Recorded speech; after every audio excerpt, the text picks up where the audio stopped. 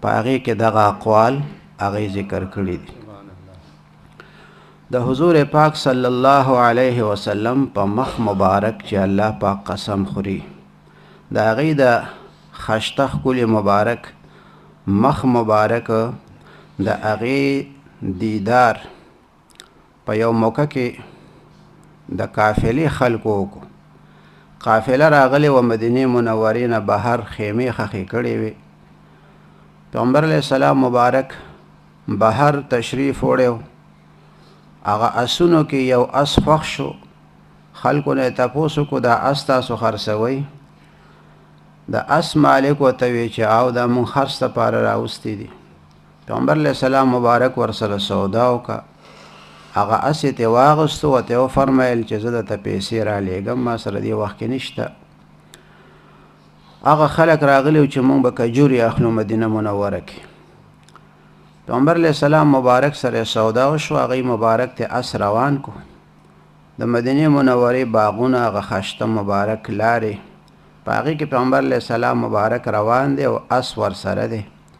چې ای مبارک پناه شو د دې خلکو د سترګو نه، نو دی یو بل لوی دا سړی مو پیژندو؟ ای ورته وایي نه دا خو مونږ نه پیژندو. چې چا اس ورکړی و هغه ته یې ویل ستا پیسې خو بس ضایع شوې، بیا ځکه چې یو داسې کس ته د اس ورکو چې هغه ته پیژنې نه، ګواهان نشته، نوم دې ته نه دی معلوم کړی. دا اس خو بس داسې وګڼه چې بس لاړو درنه. بل کس ورته وایي ته خو ډېر هوښیار وي، خو داسې د کمکلو کار دې وکړو. ناشنا سړي ته د قیمتي اس ورکو، درنه یې بوتلو. نو چې دوی دا خبرې لږې زیاتې شوې، اوازونه یې اوچت شو، نو هلته د قافلې د سردار ښځه هغې د خیمې هغه پرده لغونتې اوچته که، وی دا تاسو ولې شور جوړ کړی دی، دا څه چل دی؟ دی ورته وی دغه شانتې کار وشو. هغه زنانه ورته وی د دې اس ذمهواري زه اخلم. هغه سردار ورته وی ته ښځه یې او ته وایې چې زه ذمهواري اخلم، د سړو په خبرو کې راځي. تا څه لیدلي او ته څه نه خبرې؟ دا مونږ د اس خبرې کوو چې اس یو داسې کس بوتلو چې هغه چا پیژندو نه، او ته وایې زه ذمهواري اخلم. هغه زنانه ورته یا زه ذمهواري اخلم.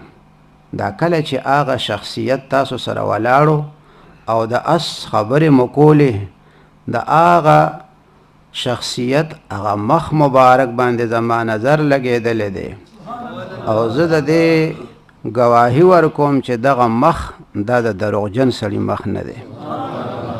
هغه ناشنا خلک، ناشنا قافله، مسافر د بل ځای نه راغلی دي، او یو نظر یې کتلی دی حضور پاک صلی الله علیه وسلم، او وایي د دې اس د قیمت ذمهواري زه اخلم، که دا میلاو نشو زه به یې پیسې درکم. ځکه هغه مخ مبارک ته چې ما کته، وایي ما وی دا خو د دروغجن سړي نشي کېدی. بس دغه خبرې کېدې. په دې کې د پیغمبر علیه السلام صحابه مبارکان رالل او ډېرې زیاتې کجورې ځان سره راوړې. پیغمبر علیه السلام مبارک فرمایي چې د قافلې دا خلک زموږ میلمانه دي، په دې باندې اول کجورې وخوروئ، بیا ورته وتلئ چې څومره کجورې کېږي. نو د هغه اس هغه قیمت یې ورته ورکړو.